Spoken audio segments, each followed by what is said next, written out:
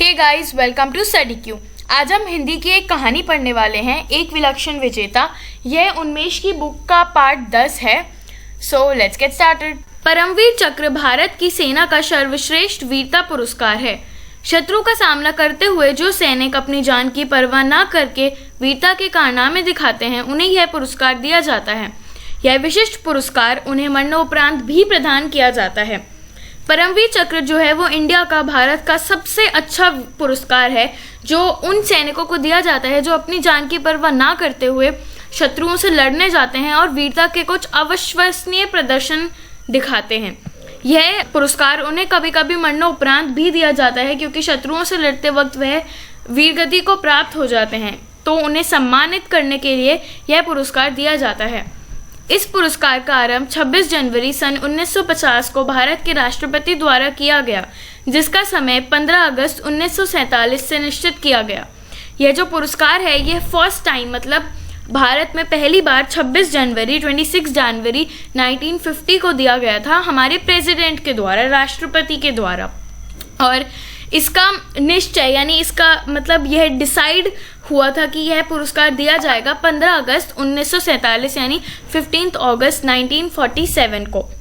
यह पुरस्कार सेना के किसी भी शाखा के किसी भी सैनिक को, चाहे वह किसी भी रैंक का हो, दिया जा सकता है।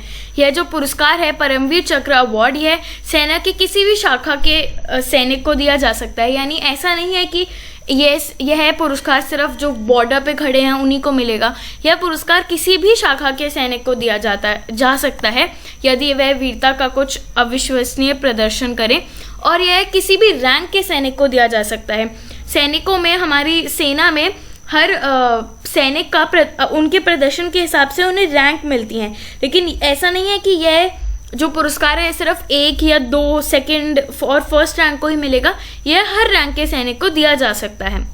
भारत का सर्वश्रेष्ठ पुरस्कार भारत रत्न है और परमवीर चक्र दूसरा सर्वश्रेष्ठ पुरस्कार है। स्वतंत्रता से पहले वीरता के लिए सबसे बड़ा पुरस्कार विक्टोरिया क्रॉस होता था। जो हमारा भारत रत्न है वो भारत का दूसरा सर्वश्रेष्ठ पुरस्कार है, यानी दूसरा सबसे हाईएस्ट पोजीशन का पुरस्कार है, और पहला सम्मानित पुरस्कार है भारत रत्न। अब स्वतंत्रता से पहले, यानी जब हमारी कंट्री में ब्रिटिश रूल कर रहे थे, अंग्रेज हमारे ऊपर शासन कर रहे थे, उस समय वीरता के लिए जो सबसे बड़ा पुरस्कार था वो विक्टोरिया क्रॉस था। किंतु अब परमवीर चक्र है। परमवीर चक्र इसके स्थान पर स्थापित किया गया। शांति के लिए जाने वाला अशोक चक्र इस पुरस्कार के बराबर है। इस पुरस्कार में नकद रुपए, पेंशन, नौकरी आदि दी जाती हैं। जो हमारे भारत का अशोक चक्र शांति का चिन्ह है, उस पुरस्कार के बराबर ही है ये परमवीर चक्र। यानी जिन लोगों को यह मिलता है उन्हें अत्यंत सम्मानित किया जाता है, क्योंकि उन्होंने वीरता का कुछ ऐसा प्रदर्शन किया होता है कि वह उस सम्मान के पात्र होते हैं। और यह जो पुरस्कार है, मतलब इस पुरस्कार के रूप में उन्हें रुपए मिलते हैं, पेंशन मिलती है और सरकारी नौकरी यानी गवर्नमेंट जॉब भी दी जा सकती है। हर वर्ष 26 जनवरी को राष्ट्रपति यह पदक प्रदान करते हैं। वीरता के कारनामों में अक्सर प्राणों का बलिदान करना पड़ता है, इसलिए यह पदक अधिकतर सैनिकों को मरणोपरांत मिला है। 26 जनवरी को यानी कि रिपब्लिक डे को प्रेसिडेंट ये अवार्ड देते थे, और यह अवार्ड यूजुअली सैनिकों को मरने के बाद मिला है। जिस समय परमवीर चक्र तथा वीर चक्र मृत सैनिकों के परिजनों को दिए जाते हैं, उस समय एक ओर सबकी आंखें भीग जाती है तो दूसरी ओर गर्व से मस्तक ऊंचे हो जाते हैं। जिस समय ये अवार्ड मृत सैनिकों की फैमिलीज़ को यानी परिजनों को दिया जाता है, उस समय एक और आंखें भीग जाती है और दूसरी तरफ लोग बहुत प्राउड फील करते हैं। ऐसे ही एक परमवीर चक्र विजेता निर्मलजीत सिंह थे, तो आज हम निर्मलजीत सिंह के बारे में पढ़ेंगे। फ्लाइंग ऑफिसर निर्मलजीत सिंह सेखों का नाम भारतीय वायु सेना के परमवीर चक्र विजेताओं में अलग से चमकता है। उन्हें यह पदक मरणोपरांत दिया गया। निर्मलजीत सिंह एक फ्लाइंग ऑफिसर थे। और उनका नाम अलग से चमकता था। उन्हें यह पदक मरने के बाद दिया गया। निर्मलजीत का जन्म 17 जुलाई सन 1943 को लुधियाना, पंजाब के इसीवल गांव में हुआ। वो 17 जुलाई 1943 को बॉर्न हुए थे। उनका जन्म पंजाब लुधियाना के एक छोटे से गांव इसीवल में किया गया। इनके पिता त्रिलोचन सिंह जी भी वायुसेना में थे, इसलिए वीरता इनको विरासत में मिली थी। तो निर्मलजीत सिंह के जो पिताजी थे त्रिलोचन सिंह जी, वह भी वायुसेना में थे। 4 जून 1967 में इन्होंने फ्लाइंग ऑफिसर की रैंक के साथ वायुसेना में कमीशन लिया। 4 जून 1967 में इन्हें फ्लाइंग ऑफिसर की रैंक मिली और वायुसेना में कमीशन। इन्होंने नंबर 18 स्क्वाड्रन में नेट उड़ाना शुरू किया। नेट इनके विमान का नाम था। यह स्क्वाड्रन फ्लाइंग बुलेट के नाम से प्रसिद्ध है, और क्यों ना हो, जिसमें निर्मलजीत सिंह जैसे जाबाज हों। तो इनका जो स्क्वाड्रन है उसे फ्लाइंग बुलेट के नाम से भी जाना जाता है।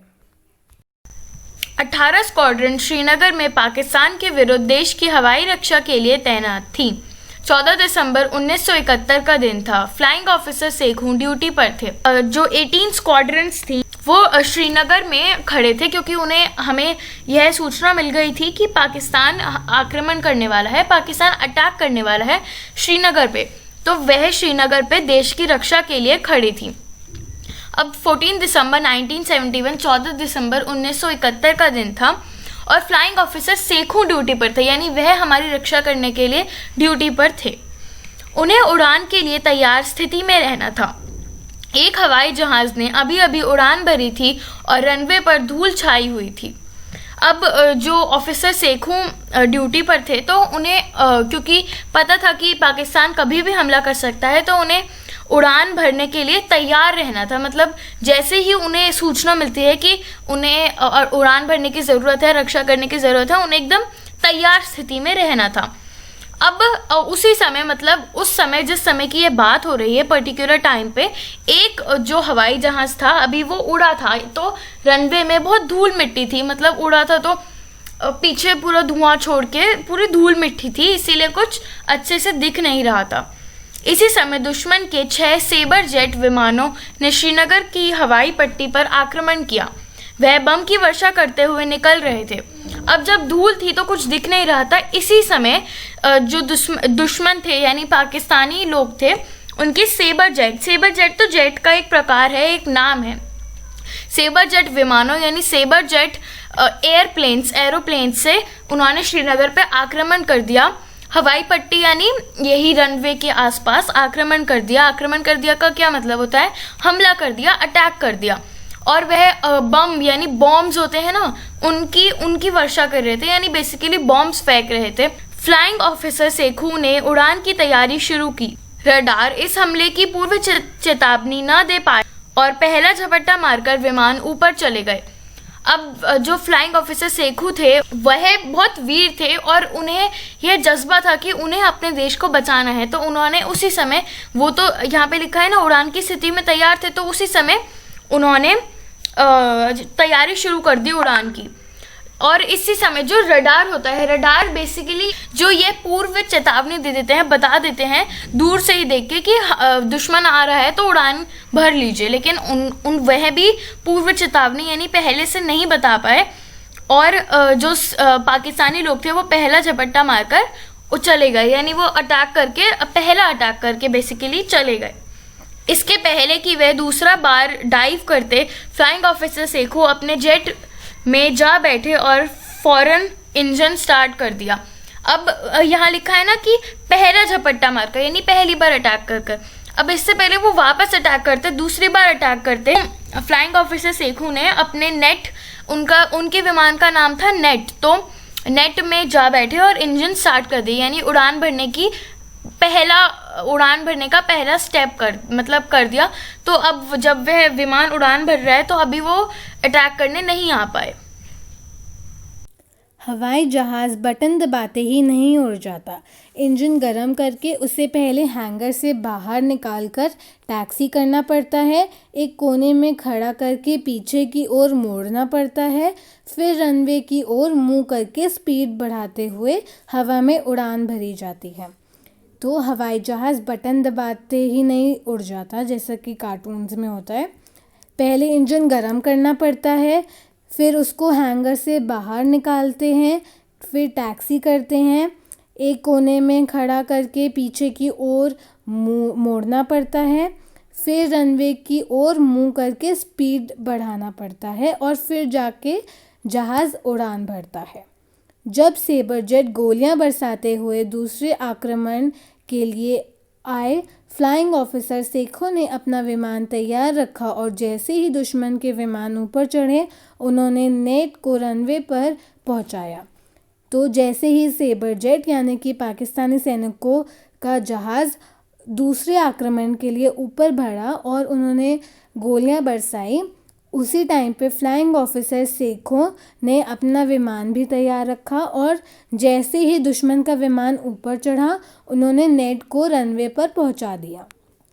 देखते देखते फ्लाइंग ऑफिसर सेखों का नेट रनवे से सनसनाता हुआ निकला और आकाश में सेबर जेट विमानों का पीछा करने लगा। हवाई अड्डे पर खड़े लोगों दांतों तले उंगली दबाए सेखों का यह साहस देखते रहे। तो जैसे ही फ्लाइंग ऑफिसर सेखों ने नेट रनवे से निकाला और आकाश में सेबर जेट विमानों का पीछा करने लगे। हवाई अड्डे पे जो भी लोग खड़े थे वह बहुत हैरान थे और सेखों का यह साहस देख रहे थे। पाकिस्तान के सेबर जेट विमान अत्यंत आधुनिक लड़ाकू विमान थे और संख्या में 6 थे। उनकी तुलना में एक छोटा सा नेट था, पर साहस व वीरता में उसका कोई मुकाबला नहीं था। यानी जो पाकिस्तान के विमान थे वो बहुत बड़े आधुनिक लड़ाकू विमान थे, यानी बहुत बड़े अच्छी क्वालिटी के फाइटर प्लेन्स थे, बहुत बड़े, और वो संख्या में भी 6 थे, यानी 6 इन नंबर्स। और उनकी तुलना में यानी उनके सामने एक छोटा सा, एक था सिर्फ 6 के सामने एक, और वो भी बड़े फाइटर प्लेन्स के सामने एक छोटा सा निर्मलजीत सेखों जी का नेट। लेकिन साहस व वीरता में, यानी मतलब साहस और वीरता जिसके लिए उन्हें पुरस्कार भी मिला है, उसमें नेट का हमारे सैनिक सेखों जी का कोई मुकाबला नहीं था। यानी उन दोनों के पास भले ही एक बड़ा लड़ाकू विमान हो, लेकिन साहस और वीरता के सामने वो भी फीका पड़ गया। आकाश में घमासान युद्ध शुरू हो गया। इसके पहले कि दुश्मन कुछ समझ पाए, सेखों ने एक सेबर जेट को निशाना बनाकर गोला दाग दिया। गोला विमान के बीचों बीच लगा और विमान के 2 टुकड़े हो गए। आकाश में बेसिकली फाइटर प्लेन्स तो आसमान में लड़ेंगे, तो आसमान में घमासान मतलब बहुत बड़ा युद्ध शुरू हो गया, एक लड़ाई शुरू हो गई पाकिस्तानी सेबर जेट और भारतीय नेट के बीच में। तो इससे पहले कि जो पाकिस्तानी सैनिक थे वो कुछ समझ पाते, उससे पहले ही सेखों जी ने अपना एक गोला चला दिया, यानी एक बम चला दिया, और वह 6 में से एक सेबर जेट को निशाना बनाकर वह जो गोला था वो उनके बीचों बीच जाके लगा और विमान 2 टुकड़ों में कट गया, 2 टुकड़ों में टूट गया और ख़त्म हो गया। यानी अब सिर्फ 5 बचे थे। सेखों का दूसरा गोला भी निशाने पर लगा और दूसरे सेबर जेट में आग लग गई। अब बचे हुए 4 सेबर जेट अपनी पूरी क्षमता से नेट को नष्ट करने के लिए झपट पड़े। अब 5 सेबर जेट बचे थे, उसमें से भी सेखों जी ने एक और सेबर जेट को निशाना लगाया और उसमें आग लग गई। यानी अब सिर्फ 4 बचे थे। अब उन 4 फाइटर प्लेन्स ने अपनी पूरी क्षमता लगा दी, यानी अपनी पूरी ताकत लगा दी नेट को नष्ट करने में, क्योंकि उनका तो एक ही विरोधी था, नेट। अब नेट छोटा सा विमान है और बड़ी फुर्ती से इधर उधर मुड़ सकता है। अब नेट तो क्या था, वो छोटा विमान था, छोटा फाइटर प्लेन था, तो वो बड़ी फुर्ती से इधर उधर मुड़ सकता है। वहीं बड़े विमानों को एक मुड़ने में, राइट लेफ्ट लेने में भी बहुत टाइम लगता है। बहुत टाइम नहीं, बट उस नेट के मुकाबले टाइम लगता है। वृक्षों की फुंगियों की ऊंचाई पर कुछ देर यह डॉग फाइट चलती रही, पर विशालकाय आधुनिक सेबर जेट विमानों का कब तक सामना करता। अब वृक्षों की फुंगियों, अब देखिए यहाँ पे फुंगी का मतलब लिखा है पेड़ का सबसे ऊपर का भाग, यानी जहाँ पर ऊपर एकदम पेड़ का जो भाग होता है कि उतनी ऊंचाई पर, यानी बहुत ऊंचाई पर ये दोनों पाकिस्तान व भारत के फाइटर प्लेन्स और सैनिकों की लड़ाई चलती रही। अब इस लड़ाई को डॉग फाइट कहा गया है। आपने गौर किया, डॉग फाइट ऐसा इसलिए कहा गया है क्योंकि जो यूजुअली जब डॉग्स लड़ते हैं तो वो दूर से ही खड़े होकर एक दूसरे के ऊपर भौंकते हैं, बाग करते हैं, और वही विमान भी करते हैं, वो दूर से ही एक दूसरे पे बम फोड़ते हैं, निशाना लगाते हैं। लेकिन अब जो छोटा सा जेट था वो इतने विशालकाय आधुनिक सेवर जेटों को कब तक सहता, उनका वैसे तो वो सामना कर रहा था बड़ी वीरता व साहस से, लेकिन वो कब तक करता। दुश्मन का एक गोला फ्लाइंग ऑफिसर सेखों के विमान को लगा और नेट वहीं ध्वस्त होकर गिर पड़ा। अब 4 विमान एक साथ नेट पर अटैक कर रहे थे, वह बड़े फाइटर प्लेन्स या छोटा सा विमान।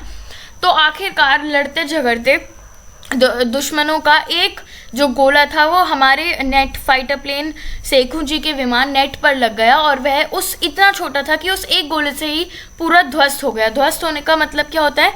नष्ट होना। पूरा नष्ट हो गया, पूरा बेसिकली खराब हो गया, टूट फूट गया। केवल 28 वर्ष की उम्र में अपनी वीरता और साहस से सबको अचंभित करता हुआ यह जाबाज शहीद हो गया। वो केवल 28 ईयर्स के थे, यानी वो बहुत छोटे थे, लेकिन अपनी वीरता और साहस का प्रदर्शन करते हुए उन्होंने सबको अचंभित कर दिया कि कोई ऐसा कर कैसे सकता है, और वह शहीद हो गए, वीर गति को प्राप्त हो गए, पर जाते जाते भी अपना मकसद पूरा करके गए। बाकी बचे 4 विमान भी अब डरकर अपनी सीमा में वापस लौट गए। अब उन्होंने ऐसा एग्जाम्पल सेट किया, ऐसा इम्प्रेशन दिया अपना सेखू साहब ने कि जो बाकी 4 नेट थे वो भी डरकर चले गए, और भले ही वो शहीद हो गए किंतु जाते जाते भी उन्होंने अपना मकसद पूरा करा, उन्होंने अपना उद्देश्य पूरा करा, उन्होंने अपना जो टारगेट था उनका वो पूरा करा। और वो टारगेट क्या था?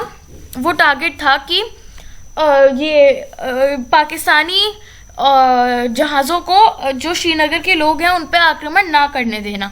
श्रीनगर के शहरी इलाकों तथा हवाई अड्डे पर बम बरसाने का उनका उद्देश्य विफल हो गया। परमवीर चक्र विजेता फ्लाइंग ऑफिसर निर्मलजीत सिंह सेखों का यह अदम्य साहस, विलक्षण युद्ध कौशल तथा अतुलनीय बलिदान देश सदैव याद रखेगा। निर्मलजीत सिंह का जो ये अतुलनीय बलिदान और विलक्षण युद्ध कौशल है, ये देश हमेशा याद रखेगा। इनका यह शौर्य देश के जवानों के लिए एक मिसाल है। यह भारतीय वायुसेना को मिला प्रथम परमवीर चक्र है। इनकी वीरता देश के जवानों के लिए एक मिसाल है, एक मिसाल बनती है, और यह भारतीय वायुसेना को मिला प्रथम परमवीर चक्र है।